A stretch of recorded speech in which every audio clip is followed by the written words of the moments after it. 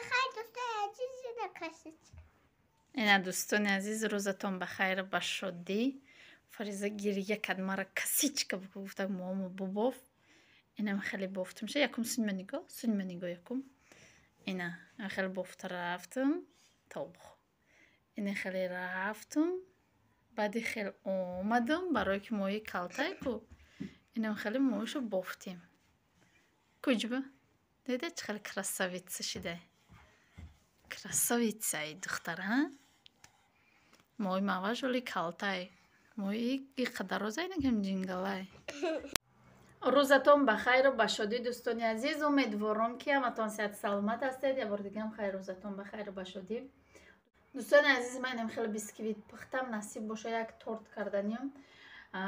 دادرنش 4 مغز میاندازم. اینه مغز کردم 4 مغزه بعد با چی میکنم شکلادنی بگم. دایجا скушенка варёнка و چی کدگیم ماسکه شکلادنی را او کدگیم. نیم خیلی تیار کردم کرمشه و قنداب.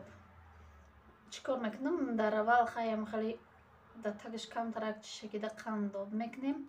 پس اون کرم میکنیم به قنداب میکنیم. بعد مرا سوال میتیند که اپا چو بیسکویت چی سیر داره که بیسکویت های ما رنگش ما نمیویم. دوستان عزیز ما همون چیزی هسته نشان دادگیم. ممکن عیبی دخوفکای ممکن عیبی چطور چی میگن عیبی اگر دیدید که خشرو نمیوید کمتر ای چیش امو دم میکنه و بعد چی میشود پس میشود. در همین حالت شما میتوانید که اگر 10 تا تخم انداخته باشید 11 قاشق آرد بدوزید. ممکن آردش هم کمتر باشه برای همه میشه. همین سبب 10 تا تخم باشه 11 قاشق اندازید 6 تا باشه 7 تا اندازید هم خیلی کنید. من هم خیلی میکردم حاضر باشه همون چند بعد برابر میاندازم. هم 10 تخم باشه 10 قاشق آردی این خیلی بالاشه چه خیلی میگم کوها کده میاندازم. این خیلی پستک نمیاندازم برای همون ممکن برای همون سبب هم میشود. دوستان عزیز من خیلی میمونم این تورته برای قشلاق رفتنیم خانه چه خیلی که گفتیم هم خانه کی میریم نکم پدرم که زود روز دارم برای تورته برای زود روز میکنیم. اگه تورت هم کدنی و دای گرمی شده علاقه تاجیکستان بهار شده همین روز 20 گرادوس گرمه بیرون هم گرمی هسته که چه با کریماش آب میشه و با توجه خیلی پگه به سحریه بوجا میریم برای وای تورت کدیستن. هم خیلی دوستان عزیز با چند سوالای در وقت ویدیو دام فراموش میکنه. با یک زکاز میگیرید گفتگی سمبوسا یگون چی دیگه. دوستان عزیز نه علاقه زکاز نمیگیریم تورت هم زکاز نمیگیریم برای که علاقه گرمی شده ممکن بزیب شدنش ممکنه. برای که خیلیتون میدونین ما یک خالدلنگ داریم. اگر تورت بمونیم چیزی که در خالدلنگ داریم باید بیرون کنیم برای که بوی همون چیزا در تورت نشینه. همون سبب دیگه زکاز هم نمیگیریم. منم خیلی چی میکنم شه کرم میمالم شه همه قبات گفته 2 قباتش هم خیلی میشکیم.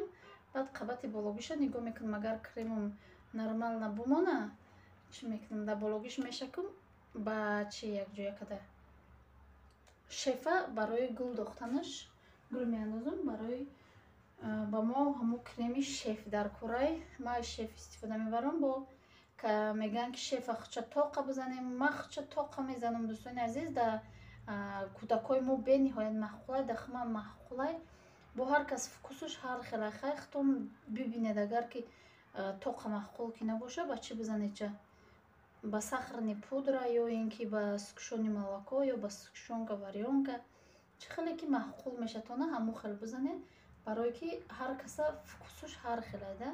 یک آدم یک شیرینی بد نغز میبینه یک آدم دیگه بیمزه تر نغز میبینه هم خیلی نرمال شیرینی رو نغز میبینه. برای همو خیختون بسنجید بعد چی کنید. ما فکوسی ماده سوزه خونگی ما به نهایت دوست میدارن رنگی مراجنی میخورنش همو کرم. اگر همین فریزه رو هیچی نگو همو کرم خورده میسته ба бисёр ай пешаш мегирам ширин ай мегум зарар мекуната. Анам хеле хай шакидам якам қабача баъд чӣ мемонам 4 мағз мечошум баъд у коржи дигариша мемонам. Инам хеле хай дӯстони азиз 4 мағзо калонтара ман хеле худам калонтара дӯст медорам барое ки мехӯри мефаҳмӣ ки хӯрдасти холи майдаи бадаш намефаҳмӣ ки чӣ хӯрдасти. Дӯстони азиз меҳрубон ина 4 мағза мондам бо як ду чи дига хеле лапатай дига крем рехтама да болои мо рехт мондам чӣ кунам дар дири амо крем бестами 4 мағзо гуфтам анака дуюм слоиша мемонам бо ам хеле мекунам баъд сеюм слоиша мемонам баъд нишон медиҳам. Дӯстони азизи меҳрубон ин қашта хай хушру дуронашта расид анака болоша камтарак ами чӣ мекунам қандоб мекунам креми шеф мекунам сафед мекунем полни сафед мекунем ҷо мепӯшонем ша баъд менависем хай бо гул меандозем ҳозир намедонам чӣ хел гул меандозам лекин гул меандозам нами хеле хай гул андохтам бо нишон метим ёки гул андохтам катитон якҷоя гул меандозем дӯстони азиз. ба фикрам ки бениҳоят бамаза меша ҳамин кремам қа бамазае ки бениҳоят бамаза.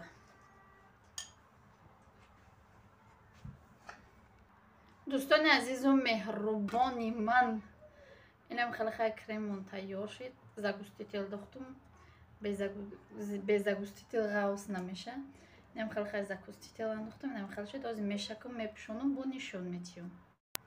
дӯстони азиз меҳрубон инам хеле хай гул дохтам шам хеле гули обични як мегем ба як насадка гирифтам гул дохтам шанам хеле ҳозир бошам менависам зодрӯз муборак отаҷон ба шоколад баъд тамом кораш тамом мешава. шоколади сафед кати инами света меандозам шаву менависем ша. инам хеле хай дӯстони азиз.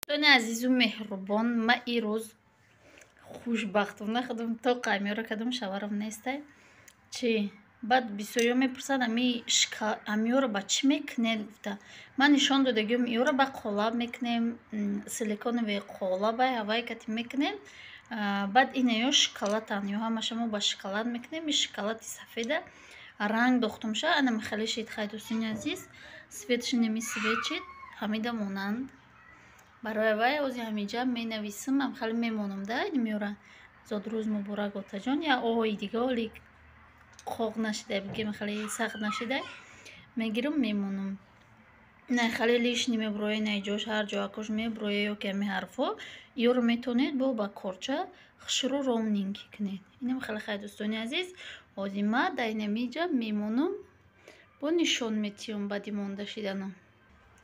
ина дӯстони азиз қолабе ки мо шоколад мерезем инам хеле мерезем ша неҷада сердечка рехтагиём инаи иқа ки меброя неҷош ё ҳеҷ гап надора ина хеле мекане инами чи қолаб бениҳоят зур буда бо айда тинкакош ҳастай инам хеле хай мегири остак ҳуй меша бо бисёр вақт аккурат накунӣ мешикана бо ай сар мекунӣ гоҳ вақте меша ки чӣ мекунем чанд бор мекунем яктара ай ҳамада душвор ами ҳарфи меай меша ҳама душворае ки чӣ мешава ина о инамҷо о мемонам тамом.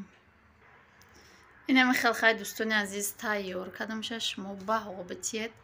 ирӯз худам тоқак ина як торта кардам и бениҳоят ба маза меояд барое ки чиш кремаш бениҳоят ба маза хай бо рафтем пага насиб боша буридем бо нишон метиҳем.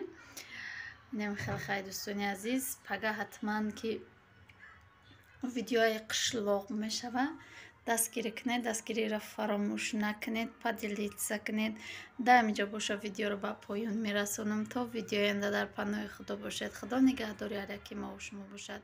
хайр дӯстони азиз.